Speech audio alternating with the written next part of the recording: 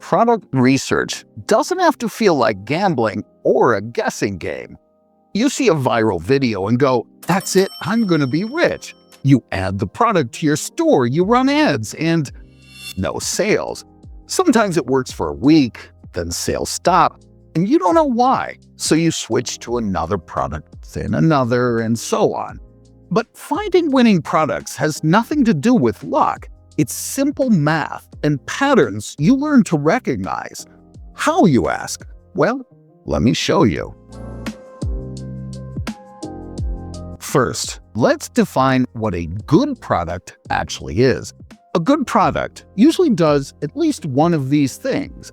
It solves a problem for people, or it makes daily life easier, faster, or less annoying, or it helps people feel better.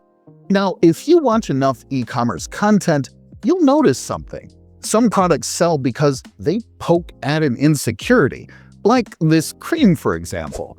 Nothing is wrong with being older, yet they say we have to fight the signs of it. And yes, lots of big winners exploit this, but you don't have to build your store in a way that makes people feel bad just to get sales. If you want something sustainable, something you can stick with and be proud of, choose products that help people feel better and reduce stress. That's how you build trust that keeps sales coming back.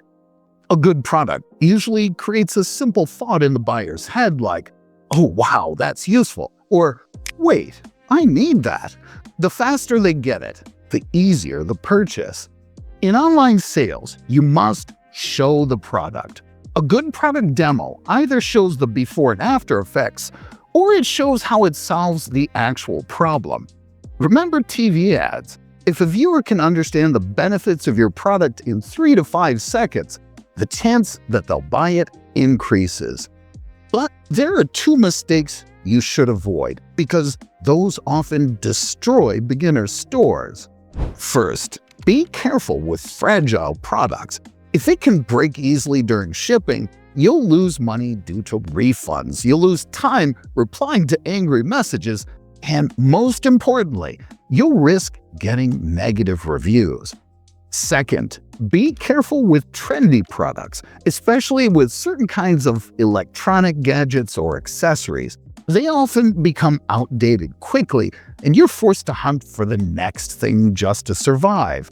That never-ending cycle is exhausting. You need products that can sell steadily. Sure, you can sell trendy items, but only when you're willing to take a risk, and losing won't hurt your wallet. That's only possible if you already have a steady flow of sales. Here's a tip that will help you feel less stress. Most sellers don't invent demand, but fulfill it. The demand is already there. Your job is to find the products that people want and offer them in a smarter, more specific way. And what about competition? Yes, I agree. You should take competition into consideration. But remember this, high competition typically means the product sells. If nobody sells it, it usually means that nobody wants it. Here's a simple analogy. Imagine the market as many bookstores. A new best-selling book goes on sale, and everybody starts selling it. But you don't win by simply putting it in your store and waiting.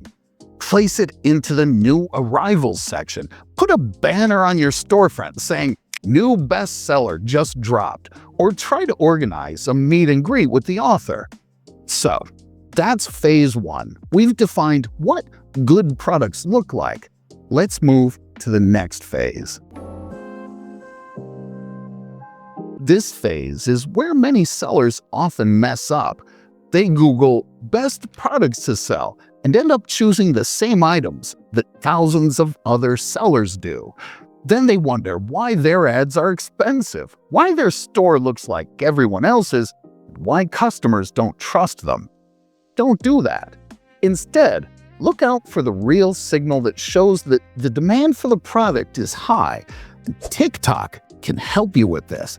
Yeah, I know. Some of you may treat TikTok content as stupid and brain-melting with all its silly dances and meme videos. But TikTok is also a free product research lab, but it only helps if you use it properly.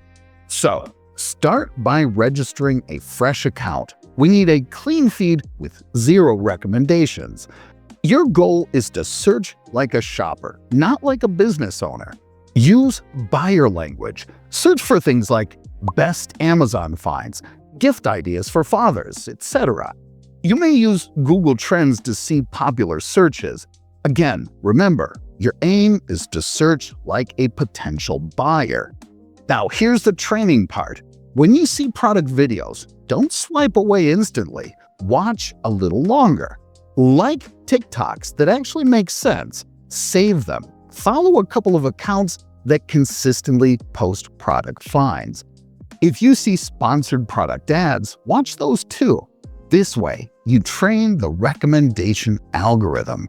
After a couple of days, new product ideas will start showing up in your feed, and it costs 0. No marketing research expenses. You just showed TikTok that you are interested in such content. And here's the next important point. Look for products that appear more often than others. When you start seeing the same product category pop up from different creators, and the people in the comments keep asking, "Where can I buy it?" That's a very good signal, because TikTok prefers that people watch, share, click, and buy. Now, you need somewhere to store your product ideas. Create a list in your favorite Notes app or a Google spreadsheet. And for every product lead, describe it in plain words, paste 1 or 2 video links, and add the reason why people care, not because it's trending, the real reason. Maybe it removes pet hair from clothes quickly. Maybe it makes cleaning the stove less miserable. Maybe it makes a car interior look clean in 5 minutes. Maybe it's a gift that makes people go, "Oh my God, where did you get that?" That why is important because later it becomes your marketing angle. Most people skip the why, run ads saying, "Buy this cool thing," and then wonder why nobody buys it. Remember, people don't buy something because it's cool, but because it makes their life better or gives them pleasant emotions. If you can't explain the why of the product in one simple sentence, it might be too complicated to sell cold. Let's leave TikTok for a second and move to Reddit and Facebook groups. People go there to ask questions, complain, and get honest advice. So what you're hearing there is closer to the truth. In Facebook groups, look for patterns. When you see the same question pop up again and again, it means that there's a demand. What do you recommend? How do I fix this? What actually works? If enough people suffer from headaches, somebody will gladly pay for aspirin. Reddit is similar. You can check communities where people share their finds and say, "Take my money," and you can check niche subreddits based around hobbies and lifestyles. The best clues are also in the comments. When people ask, "Where can I buy this? Is it worth it? What brand?" It means that you're on the right track. By the end of phase 2, you should have a short list of product leads that keep showing up. Now, we do the part that protects your wallet. Ads won't fix a bad product choice. They just make it more obvious. If the choice is wrong, ads will just help you lose money faster. So, we need to validate the product line first. Before you spend a dime on ads, do 3 simple checks. These can save you money. The first is repetition. You want to see the product category pop up more than once. And we're not talking about the same clip being reposted. Look for products that multiple creators shoot videos about, and the response should be strong in each variant. It's even better when you see videos like Part 2, Update, After Week, I bought another one, or My mom stole it. It shows that the response from the audience was good and that the creator decided to capitalize on the product. Remember that successful creators film videos about something that brings them views. The second is purchase intent in the comments. Where did you get it? Amazon link? How much? Does it ship to my country? These questions matter because they show the person is already halfway to buying. The third is proof outside of TikTok. TikTok can make anything look big for a couple of days, so we confirm in at least one other place. You can check Google Trends to see if people are searching for it steadily or if it's just a seasonal spike. As I already said, don't be afraid of competition. Competition means someone is making money, but you want competition that you can realistically beat with a better angle, a better offer, or a better version. Search for the product on Google like a customer. If the first page is covered by giant retailers and famous brands, that's a tougher fight. Again, it's not impossible, just harder. A better sign is when there isn't one big brand owning the keyword. Then do a check on ads.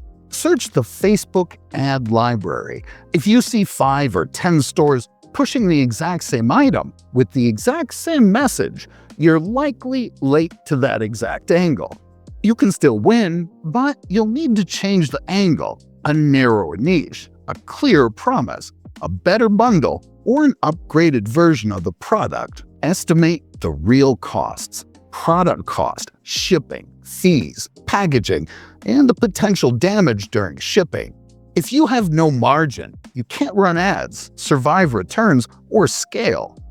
So, by the end of Phase 3, your product should pass these tests: real demand, workable competition, and enough margin to breathe.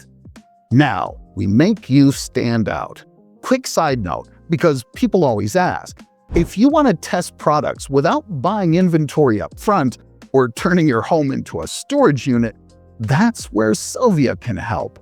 You focus on your storefront, your positioning and marketing, and the fulfillment side runs quietly in the background. All right, back to the part that makes you different. The easiest way to upgrade a product is to read negative reviews. That's where people tell you what annoyed them, disappointed them, and what they wish was different. You'll see repeating complaints like, feels cheap, breaks fast, hard to clean, needs a strap, or instructions are confusing. Keeping those in mind, choose 1 or 2 and fix them. Maybe you offer a sturdier version or a larger size. Maybe you bundle a necessary add-on that solves the complaint. When you fix a real complaint, you become the better option. You can often charge more, and your marketing becomes easier because you're saying, we solved the exact problem everyone keeps complaining about. One more thing, especially if your audience is older, if your product solves a bigger problem, don't be scared to educate a little. Clear explanation builds comfort, and comfort brings purchases. People like feeling safe and informed. Once you learn this process, you'll never feel stuck again, because you're not relying on luck, but following signals and making calculated moves. In the next video, I'll take one product idea and show you how to turn it into a winning angle, how to position it so you're not just another store selling a copy of the same thing, but the store that people actually remember. So, give this video a like, subscribe, and turn on notifications if you don't want to miss a thing. Thanks for watching.